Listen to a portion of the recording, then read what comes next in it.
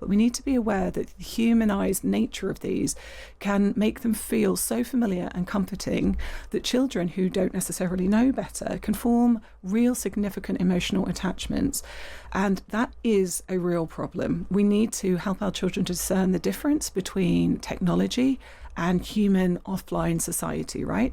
And whilst AI can be a helpful tool, it must remain a tool and not replace essential human emotional experiences which must get from real people in the real world. Right, this week the government launched a consultation seeking views from parents and experts ahead of new legislation to protect children from the dangers of social media. Digital wellness expert Laura Wyatt-Smith went to Silicon Valley to see how the very creators of big tech are raising their own children, and discovered that many are deliberately limiting their kids' access to the technology they themselves are developing and exporting all over the world. In her new book, Screensaver, a judgement-free guide to your child's first smartphone, Laura shares her experiences and offers parents practical guidance on how to help children navigate the digital world safely. And I'm thrilled to say that Laura is sitting across me in the studio now. Thank you very much for coming in. This is fascinating. The idea that these people are peddling technology and they're genuinely trying to sort of spare their own children from the implications of overuse of it. Tell us, what you discovered out there. Absolutely. Pleasure to be here. Yes, so I was there for a month a couple of years ago nearly now, and what I found is the key thing we don't grasp in this country outside of Silicon Valley is these families are raising their children not to be the consumers of this technology, but to be the creators of this technology. We don't talk about this enough, the difference between creation and consumption. So while our children might be scrolling away using the applications and the games and the entertainment which they're producing, they are raising their children to have the fundamental core skills to be the creators of the future. So they are interested in maker culture. They have spaces, maker spaces, where they take their children, where they let them play and experiment with wood, metal, glass, plastic, and they set them challenges and problems, and they ask them to work as teams and to be creative and to find ways through the maze. All the while, they are limiting the extent to which their children are exposed to the products they themselves have designed. And so I think it's really important, because a lot of the times when I talk to parents, there is a divide. There is those which are alive to this issue and are afraid and want to limit screen time. And we can come on to talking about this, but not all screen time is bad. On the other hand, we have parents who are saying, but technology is the future. I want my children to be, exposed to this stuff. But what those parents don't necessarily understand is just using their technology doesn't necessarily skill you for the future. It's easy to learn to scroll. A 2-year-old can scroll.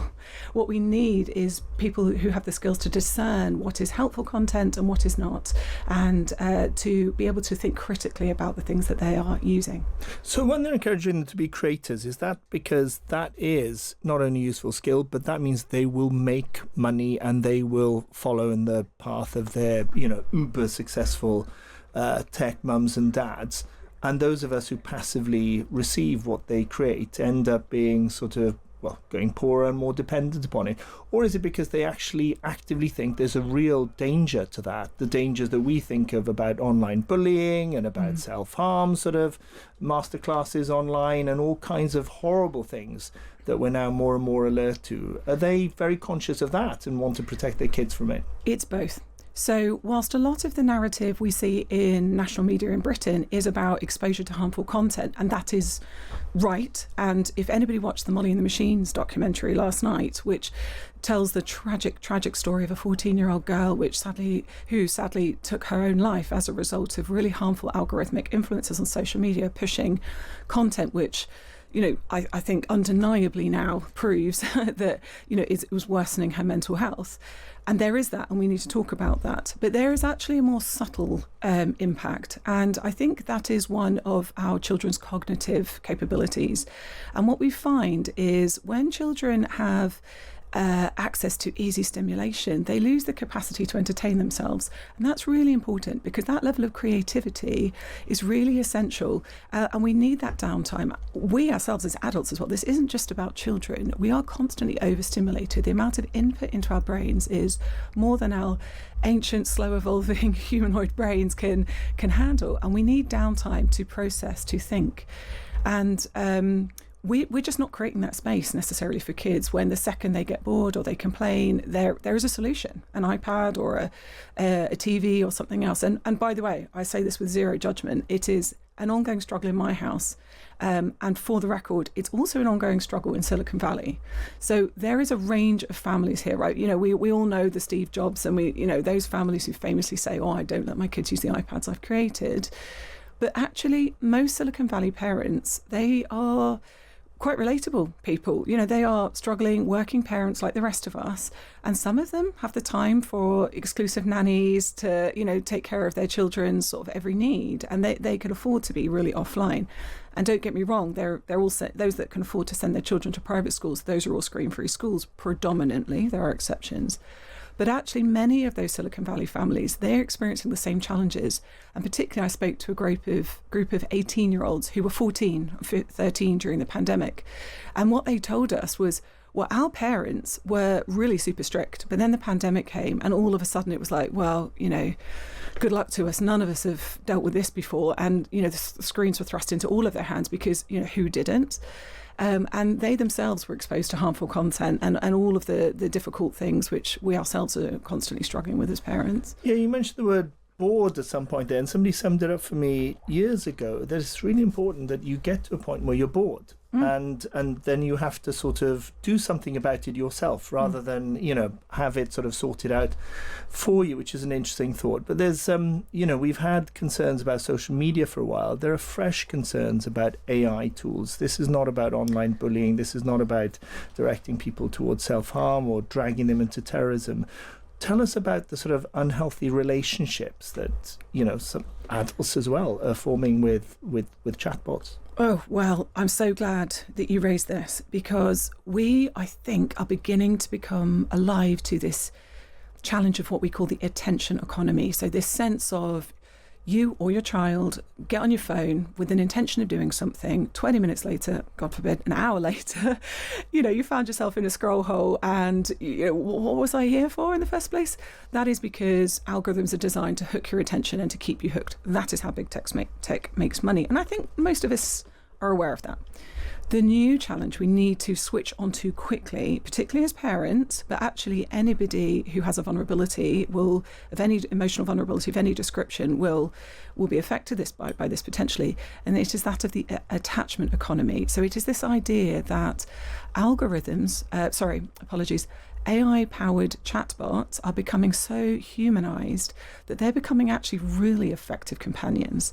And now, as an adult, it's okay that we use generative AI to help us with tasks. I mean, I use AI. I'm not anti-AI. I'm not anti-technology. Not in the least. It's the future. We need to embrace it. But we need to be aware that the humanized nature of these can make them feel so familiar and comforting that children who don't necessarily know better can form real significant emotional attachments. And that is a real problem. We need to help our children to discern the difference between technology and human offline society, right? And whilst AI can be a helpful tool, it must remain a tool and not replace essential human emotional experiences which must get from real people in the real world. I think this is fascinating. I do Italian every day using an app, and there's an AI companion called Lily, as it happens, that I say buongiorno to every morning, and she knows the name of my cat and the recipes that I like and where I go on holiday. And increasingly, Lily's becoming quite realistic, though Lily, of course, does not exist. I'm the butt of many jokes from my kids about Lily, but I know exactly what you're talking about, and the danger that some friends of mine in the legal world have already highlighted, in the divorce world actually, is when you come home and you chat to an online non-existent chatbot, and he or she asks you, how is your day and how did it go on Times Radio, and well done you for continuing with your campaign, you might be getting more sympathy, more of an audience, more concern, a more engaged kind of conversation than you do with your partner. And over time, people then stop talking to their partner because they get a better response. This thing it's only just begun, as we've been discussing in a different context about Iran war today. Yes, to all of those things. And actually, whilst we say it's only just begun, actually, you would be surprised at the extent to which young people are already engaging with chatbots. It has become normal. They are baked into software. WhatsApp has an AI chatbot. Snapchat has one. My AI, it's called. It is baked in to the technology our children are using day in, day out, and we just don't even realise. The extent to which they engage with that will be dependent on how well their essential needs are being met in the real world.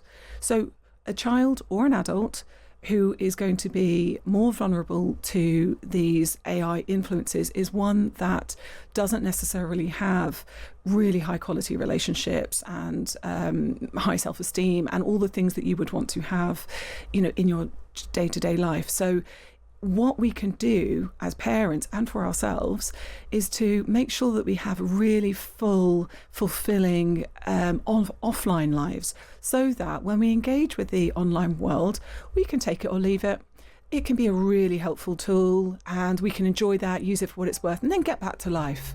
So I think it's really important that we really take AI for what it is with a clear-eyed view, but critically we support our children to do that because we know better. We grew up without this technology and we can see it for what it is, but children who've been immersed in it, it is the water that they've swum in as they've aged, and unless we help them with this, they will not know. As for the government who are wrestling with what they want to do, what's your advice to them? Well, I don't bill myself as a policy expert. I would not like to be in their shoes. I mean, as you will be aware, many parents in particular are calling for urgent action. And, in the House of Lords recently, an amendment to the online safety bill was passed through with an overwhelming majority from the Lords to ban social media for under 16s. I feel super conflicted about this. On the one hand, I am incredibly sympathetic to parents. I am a parent myself who desperately want to see action, and I work hand in hand with many campaigners who are pushing for this. On the other hand, I am influenced by the likes of Professor Sonia Livingston, who are absolute experts in children's rights, and some of the concerns that they highlight about this bill include the fact that if we essentially, and this might sound perverse, but hang with me, is if we let big tech off the hook by saying your products aren't available to under 16s, we are then cutting off all of the good work which does exist in the Online Safety Act, where we really ought to be holding these big tech sort of creators to account, because there is so much that can be done right now to make these places so much safer. They've known for ages. Arturo Bahar is a whistleblower for Meta who told them this, best part of 10 years ago. They're refusing to do it. So we need action. I'm not necessarily convinced that a ban for under 16s is the right solution, but we do need urgent action and enforcement to hold big tech to account. It can be better than this. Laura, thank you very much for sharing your thoughts with us and taking us on that journey to Silicon Valley with you.